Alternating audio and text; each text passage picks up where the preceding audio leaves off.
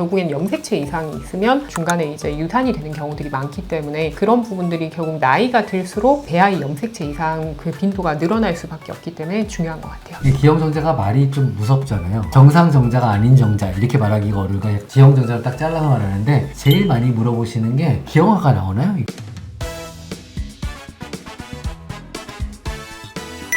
안녕하세요. 산부인과 관련 진료 정보를 전달하는 삼신 의사입니다. 오늘은 좀 특정 나이대에 대한 어떤 난임 상담을 하려고 하는 거예요. 제목이 40세 이상의 시험관 아기, 이 내용을 좀 설명드려보려고 합니다. 정부 지원이 시작되고 시험관 아기가 보험이 되고 나서부터는 이 40세 이상의 산모가 확 많이 늘었어요. 그냥 기다렸다면 안 생겼을 수 있는 아이들이 시험관 아기를 통해서 요즘 많이 출산을 하고 있어요. 그래서 40대 이상의 시험관 아기는 왜 시험관을 해야 되는 거고 어떤 걸 조심해야 되고 어떻게 하면 잘 되는지 이런 얘기를 좀 설명드리려고 하는 겁니다.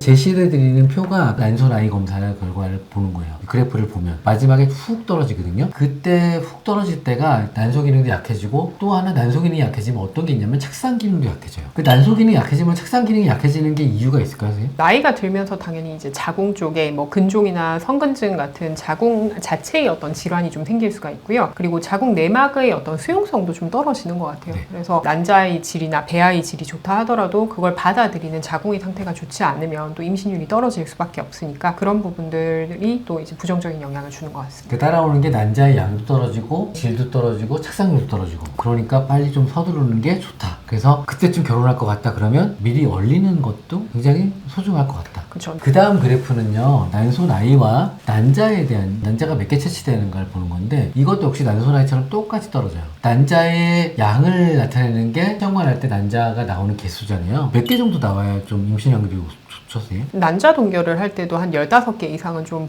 이렇게 확보를 해놓으시라고 말씀을 드리니까 보통은 그 정도 동결을 했을 때 한두 번 정도 이제 시험관을 하실 수 있는 개수라고 얘기를 하죠. 그래서 15개 이상은 조금 확보해 두시면 좋지 않을까 싶습니다.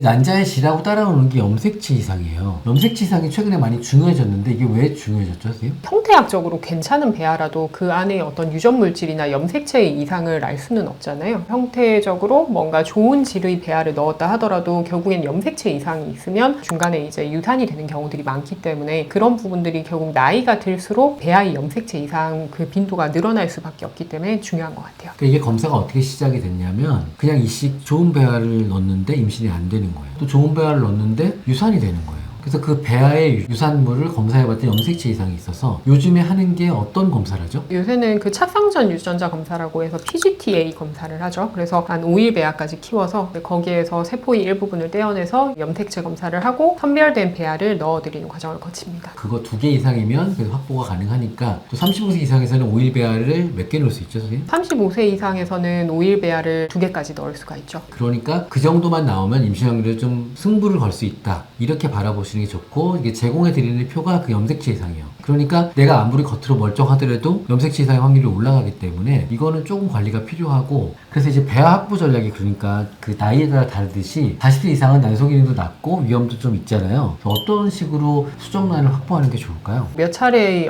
과정을 거치시게 될 수도 있습니다. 왜냐하면 30대에 비하면 어쨌든 난자의 개수가 나오는 게 좀 제한적일 수 있기 때문에 여러 차례의 시험관을 거치게 될 수도 있는데 그 과정에서 어떤 용량의 약을 썼을 때 뭔가 내가 좀 더 반응이 좋게 나온다 이런 부분들을 또 의료진이랑 좀 상의를 하셔서 일단은 난자의 개수 자체를 좀 많이 확보하는 방향으로 가셔야 되고요. 수정된 배아를 며칠 정도 키울 것이냐 이런 부분들도 중요한데 일단은 기본적으로 3일 이상은 당연히 가야 되는 거고 제일 좋은 건 사실 5일 배아까지 가면 제일 좋습니다. 왜냐하면 5일 배아까지 가야지 그 PGTA-라고 해서 아까 말한 착상전 유전자 검사 이런 부분들도 가능하기 때문인데 키워서 그렇게 검사까지 갈 수 있는 상황이면 제일 좋은 거고 무리해서 거기까지 가기에 약간 배아 상태나 배아 수나 이런 부분들이 충분하지 않겠다라고 하면 그 전에 뭐 이식하시는 것도 고려를 해봐야겠죠. 그러니까 PGTA는 가이드라인도 있지만 무조건 하는 건 좀 그럴 것 같아요. 그렇죠. 예. 탈락하는 배아가 나올 수도 있고. 예, 근데 그 탈락하는 배아가 100% 염색체 이상이라고 볼 수는 없거든요. 그래서 그거는 조금 신중해야 될 거라고 보긴 해요.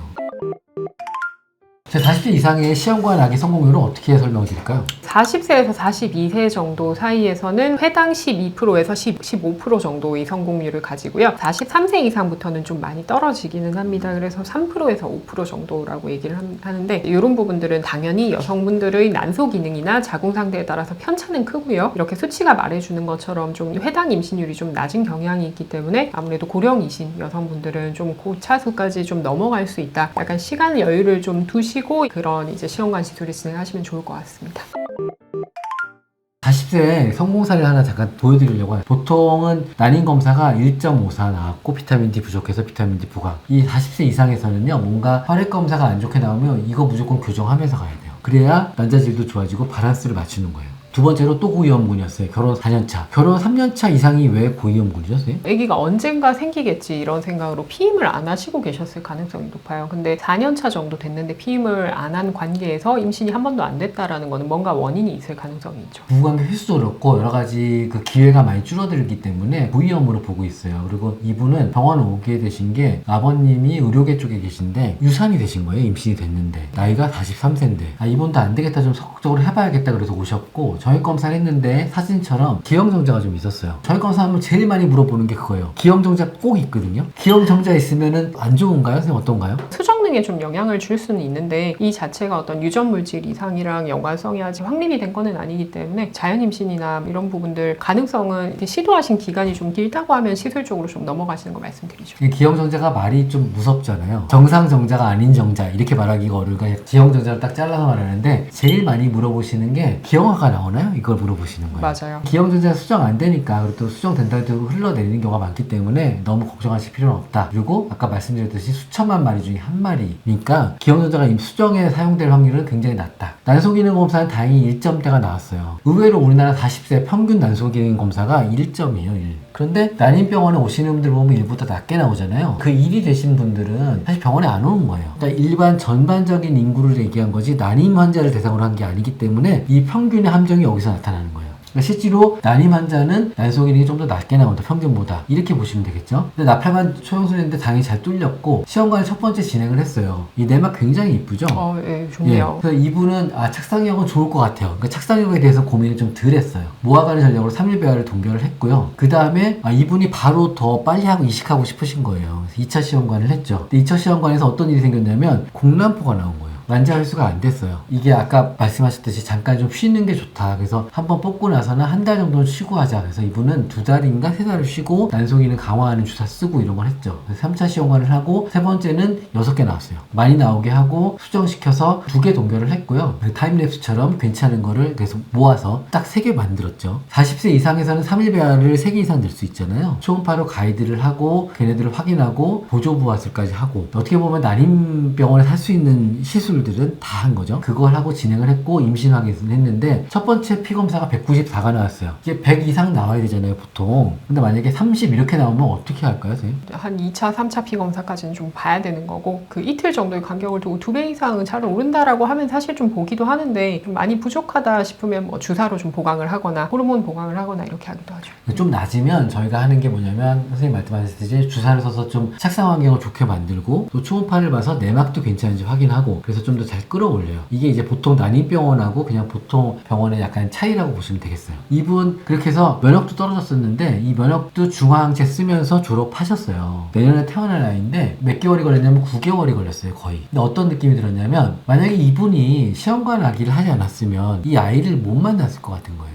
왜냐하면 유산을 2번이나 됐고 아까 공란포 나오고 했으니까 남편분이 되게 바쁜 일을 하시는 분이에요. 그래서 집에 자주 못 오세요. 이 부부가 그냥 기다렸다면 이게 잘 안 되는 거죠. 40세 이상 분들은 각자 자기 일들이 또 많으시잖아요. 아까 선생님 말씀하셨듯이 정말 아이가 나한테 오게 만드는 그거를 해야 되지 않을까? 이걸 좀 권장드리는 것 같아요. 자, 오늘 40세 얘기를 잠깐 했는데요. 40세 시험관 어떻게 설명을 드려볼까요, 선생님? 대환 환자분 중에서도 사실 몇 분 계시기는 해요. 아무래도 40대 이상인 분들은 좀 시간을 오래 두고 이제 몇 차수씩 계속 가시는 분들이 있고 중간에 약간 마음이 힘들어서 조금 안 오시는 분들도 있거든요. 계속 두고 생각이 나는데 과정을 거치면서 좀 접근을 해나가다 보면 또 이렇게 좋은 결과가 있는 경우가 있습니다. 그래서 인내를 가지시고 다니시면 좋을 것 같아요.